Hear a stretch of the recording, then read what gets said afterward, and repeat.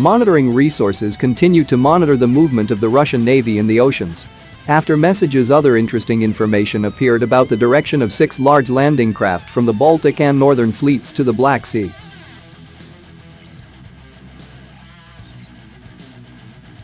On January 18, it became known that a detachment of ships of the Pacific Fleet of the Russian Navy, consisting of the missile cruiser Varyag, the large anti-submarine ship Admiral Tribets, and the large sea tanker Boris Butoma, arrived in the port of Chak-Bahar, Iran.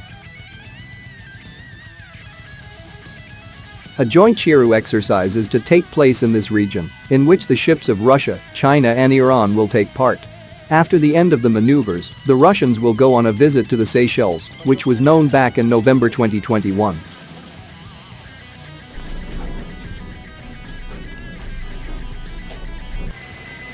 On January 19, the operative line Telegram channel became aware that Russia would soon send to the Mediterranean and further to the Black Sea a detachment of ships of the Northern Fleet of the Russian Navy, in the strike version, as part of the missile cruiser Marshal Ustinov, the frigate admiral of the Kasantanov fleet, the large anti-submarine ship Vice Admiral Kulikov, and the medium sea tanker Vyazma.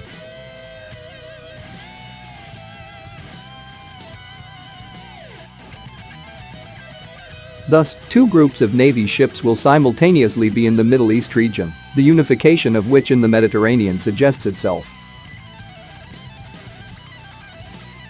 Given the high likelihood of a conflict in Ukraine, Russia will be able to assemble a large squadron of ships from the Pacific and Northern fleets in the Black Sea. More recently, Russia announced on Thursday the deployment of over 140 combat and supply ships, over 50 aircraft, 1,000 pieces of military equipment, and 10,000 military servicemen. The Russian Defense Ministry said the Russian Navy will have a series of exercises in all zones of responsibility from January to February, according to the Russian news agency TASS.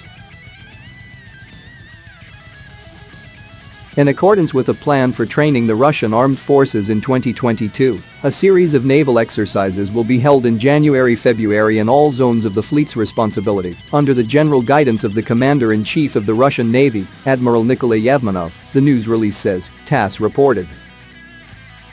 The exercises will encompass seas washing Russia and also world ocean areas of key importance. There will be some exercises in the Mediterranean and Northern Seas and the Sea of Okhotsk, in the northeastern Atlantic and in the Pacific, the Defense Ministry said, according to TASS. 6 amphibious assault ships from the Baltic and Northern fleets left the port of Baltijsk on January 15 to go to an area designated for an upcoming exercise, TASS reported. A day before, there were reports of 6 Russian amphibious warfare vessels from the Northern and Baltic fleets passing through the English Channel, according to the Drive. Some expect the vessels to eventually reach the Black Sea. TASS reported that the 6 vessels are now crossing the Northern Sea. The announcement of the exercises comes after President Joe Biden made comments Wednesday, suggesting that a minor incursion from Russia into Ukrainian territory may result in a more measured response from the United States and allies, according to the Associated Press. It's one thing if it's a minor incursion, and we end up having to fight about what to do and not do, Biden told reporters during an East Room news conference, CNN reported. But if they actually do what they're capable of doing with the forces amassed on the border, it is going to be a disaster for Russia if they further invade Ukraine. On Thursday, Biden made new comments regarding a Russian invasion into Ukraine, AP reported. I've been absolutely clear with President Putin, Biden said, according to AP. He has no misunderstanding. Any assembled Russian units move across the Ukrainian border, that is an invasion. He added that should an invasion occur, it would be met with a severe and coordinated economic response, AP reported.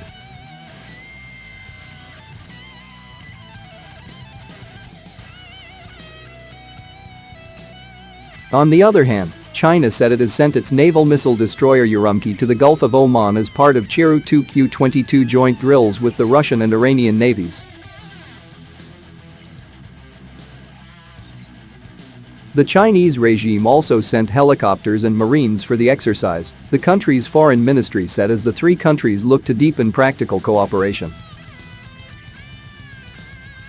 The military exercise is currently underway and is due to finish on Saturday.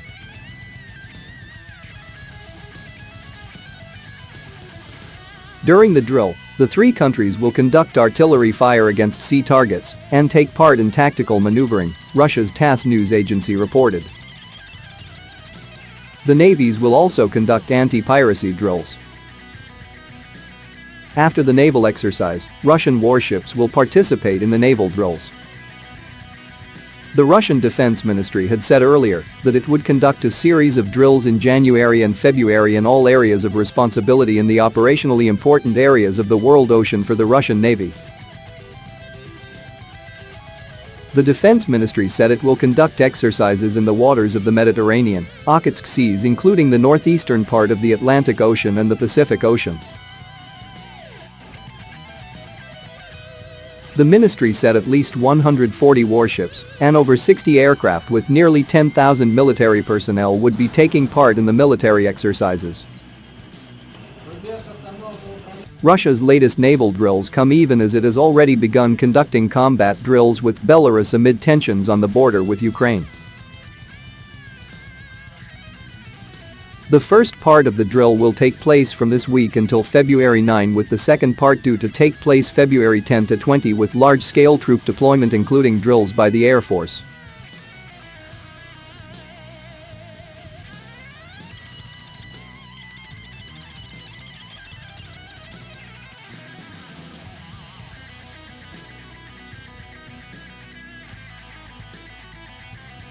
Amid a buildup of an estimated 100,000 Russian troops near the border with Ukraine and massive joint war games with Belarus, the Defense Ministry said it will also conduct maneuvers involving the bulk of Russia's naval potential. Moscow has repeatedly denied having plans to launch an offensive, but it has sought a set of security guarantees from the West that would exclude NATO's expansion to Ukraine and other ex-Soviet nations and the deployment of alliance weapons there. Washington and its allies firmly rejected Moscow's demands in security talks last week, but kept the door open to possible further talks on arms control and confidence-building measures to reduce the potential for hostilities. Amid the tensions, U.S. Secretary of State Antony Blinken visited Ukraine Wednesday to reassure it of Western support and met with his British, French and German counterparts in Berlin on Thursday to discuss Ukraine and other security matters. Blinken is set to meet Russian Foreign Minister Sergei Lavrov in Geneva on Friday. Russian Foreign Ministry spokeswoman Maria Zakharova alleged that Ukrainian and Western claims of an imminent Russian attack on Ukraine were a cover for staging large-scale provocations of their own, including those of military character.